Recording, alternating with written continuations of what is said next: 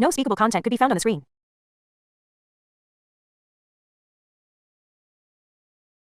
No speakable content.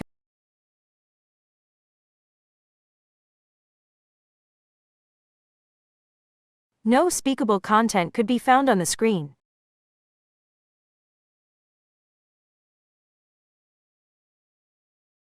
Skip to content, mobile menu icon, awaken, about us. Awaken housing, for industry girls, be informed.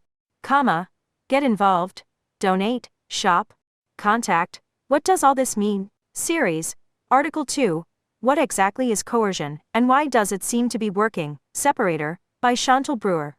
It seems every time we open our internet browser we find a news article about someone new being arrested for human trafficking and abuse. Billionaire Jeffrey Epstein, who was accused of hiring minors as masseuses and other roles, 308 unnamed offenders responsible for sexually abusing children online. Attorney Alan Dershowitz accused of partaking in Epstein's parties, and bad-mouthing victims, Gigi Mitchell who trafficked an 11-year-old in Las Vegas, and R. Kelly who is facing charges on child pornography and trafficking, to name a few in the last several weeks. We recently gave you the introduction to this series, opens in a new tab, that will unveil a deeper understanding of these current cases. This week, we are working to explain some of the terminology found in the laws and used by the courts that surround these news events. One of the buzzwords in these trafficking cases is coercion. I want to explain what it means and why accused parties seem to throw that word around like it's a leg to stand on. Essentially, these traffickers and abusers are using the age-old "I didn't do it" defense.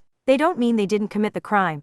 There's been a little too much evidence for them to claim that. What they mean is, I didn't coerce her, she wanted it. There's just one big problem with this argument.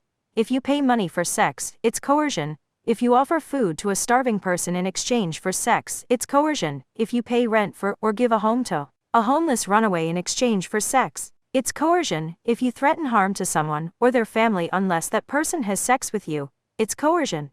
If you are a billionaire, and you have your assistant collect some women and children, and have them waiting at your house to massage you and do other things in exchange for money, it's coercion. And sexual assault in the case of the child, if you are a belligerent attorney who has defended some of the worst rapists and abusers, and you hire a girl to massage you in exchange for money and her reputation, it's coercion. If you offer anything on Maslow's hierarchy of needs to someone who is lacking that thing in exchange for sex, it's coercion. These things alone are not a problem, but they become damaging when a person is told, you can have this, fill in the blank item, if you have sex with me, him so saying, I won't pay you money, give you food, keep you safe unless you give me sex in return is clearly coercion. Why does anyone seem to be falling for coercive tactics? This strategy works because traffickers focus on vulnerability in people. People like Epstein and his cronies know that they have very little to be worried about as long as they pick the right girls.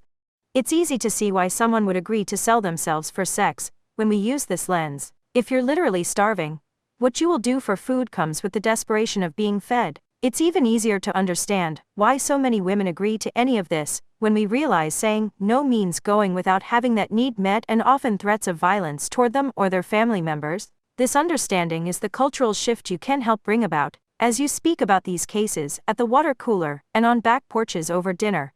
Take this new understanding of coercion and pass it along. Speak to the men, women, and children who are marginalized and help them move from unseen and vulnerable to seen, heard, and safe. When the opportunities present themselves, vote to increase the penalty for pedophiles when they buy a child for sex. Use your vote to bring healthy change and protection for the vulnerable.